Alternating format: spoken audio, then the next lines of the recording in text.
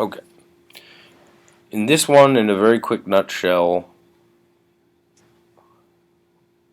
tell you how this agricultural sector that's killing all of us and the planet together and eventually has to stop what it's doing, how it got the ability to do this.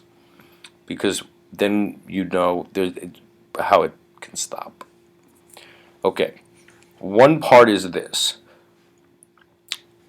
and this is the part that's slightly out of our hands.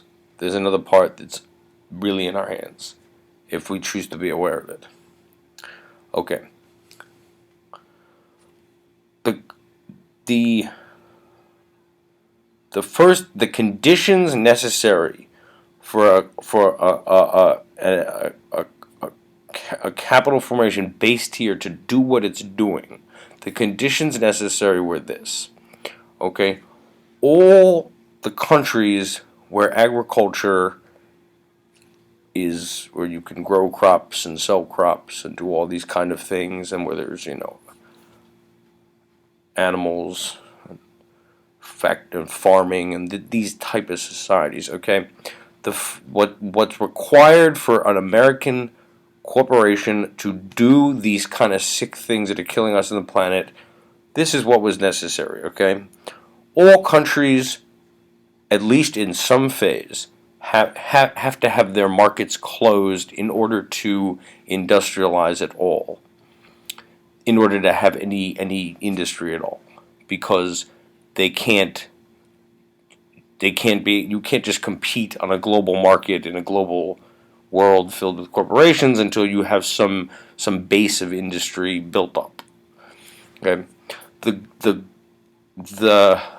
the ways in which all their economies were opened up to foreign penetration by this agro sector. They're different in different parts of the world, but it's like this.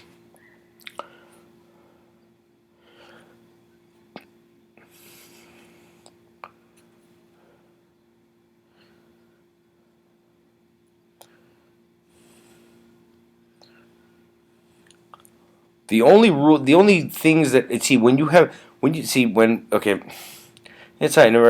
it's different in what was done in Latin America is slightly different than the way it went down. See, the way it went down in countries like India versus the way it went down is just a matter of how the markets were opened up to foreign penetration by our corporation based here.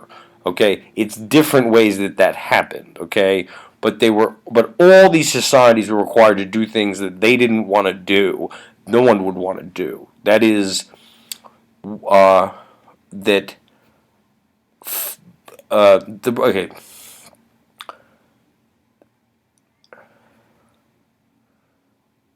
The brand name in order to explain to the public what was happening, was you have to give it a name.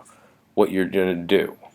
The fact that in Latin America what made way for it was a previous decade of really murdering people in a mass scale during the period the American government was underground in the 80s when you had an actor play the president. That's really like that's something that to show it its proper respect, and that kind of murder of innocent people is not something we should put in a video where we're trying to explain the economics of it, because it's its own topic and deserves its own respect. To not throw it in as a fact in the middle of videos about how capitalism has been reorganized over the past 30 years. It's just not right to talk about that kind of killing of innocent people to make way for something, except in a different video on that topic.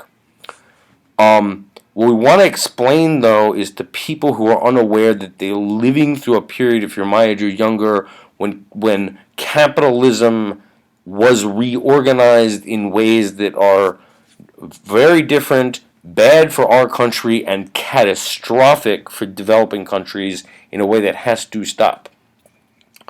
Okay? But once the main contractual arrangements that allow them to do what they're doing were sort of explained to the public. The public was told that what is going to be happening is that our government will be signing or will be negotiating what they call free trade agreements. That's the brand. It's if you asked me to come up with a sort of like brand name for something to do what they want to do, what the sort of the idea or what it brings to mind is actually something which in say, for example, like, well, it's something that's in the news. Something that what it brings to mind is something that, like, for example, is in the news now in other parts of the world, which is that that trade blocks are part of sort of how the international system of economics would work. Like a trade block, that is that you and the nations nearby, or the ones that you have sort of shared, the governments work together and things. Right? I mean, you'd want to then it does happen in other parts of the world in a civilized way, where you make a trade agreement to be a kind of trade block. And we know that there's news right now about a sort of, there's a massive protest over, whether or not the Ukraine wants to be more economically, with closer to Russia, or does it want to be part of Europe? That's for economic, that's an economic relationship there in talking about, So a trade block, Canada to our north, Mexico to our south, we're in the middle. Right. We're going to be making free trade agreements. That is, agreements that will fall. The idea it brings to mind immediately, would be that right, to facilitate business and trade between the countries, one to our north, one to our south. It sort of makes sense. It makes sense as it's a concept, free trade with those countries. But that's not what those agreements are, and that's the point. Tacking on free trade is the one reason it's a particularly deceptive term is because it sort of like immediately brings to mind free market, the term free market. It's sort of it's a good, and it also suggests that trade it would increase trade. Like trade, it would indicate that trade will be increasing, and that which is actual trade would be good. I mean, did it involve that? Would be Did it mean it were if that wasn't not true, right? That it would increase trade, and then the sort of free part, right? I mean, you think free market, like, so it's like, oh great, it'll increase trade or something, and then and it's based on free market principles. It's sort of whatever it is they're signing such agreements. Like, I mean, it was brand name very well, and it's easy to do. It doesn't have anything to do with trade, first of all. It's what actually, and it does get counted in the balance of payments.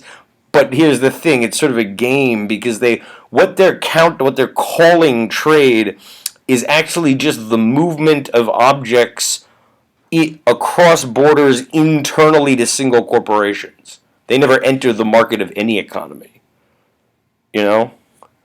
So you move parts, if an automotive firm moves parts into Mexico for assembly and back into the branch they have in the United States for value added, I mean, that's not trade. That's the movement of physical objects into plants and factory. I mean, they're moving internally to a single corporation. It has nothing to do with trade.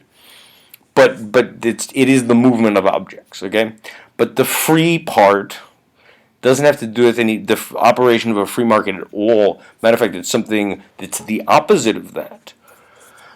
When they first opened the markets in South America, the question is, well, why? I mean, why would a gigantic American agriculture company? I mean, they have agriculture. You say they have farmers all over Latin America. What are they going to?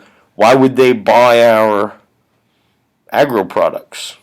They have that, don't they? I mean, there are millions of farmers over there. One would say, how would we compete? This is how.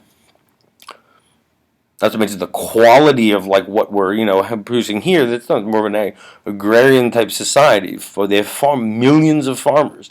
Here's the idea. That's why the agro sector is integrated with our state apparatus, and why millions and millions of our tax dollars are funneled in are used as a subsidy to it. By doing that, they can reduce the cost of the crops they're making so that they're so cheap that when you flood them into the markets of Latin America, the farmers can't compete because they're so cheap, because it's entirely state subsidized. The minute their markets were open and those products flooded in, millions and millions of farmers had lost their livelihood. And certainly there aren't cities big enough for millions of farmers to like move there and take work. Small cities and things. That's why they're starving. That's why people are fleeing. That's why there's mass fleeing, doing anything they can to get over the border in our country a lot of times. Desperate. Millions and millions of farmers just are out of work and starve or come over the border. Or, it's desperate conditions. That's why it's state subsidized. So we can artificially make the prices are so artificially low that they just put millions of farmers out of work. That's the point of that. But that's causing starvation. But there's a great deal more to it, and of course then there's free trade agreement. I mean, this whole thing, that's just what's taking place in Mexico. But they're called free trade agreements, and that word doesn't mean what it sounds like. So this video is a long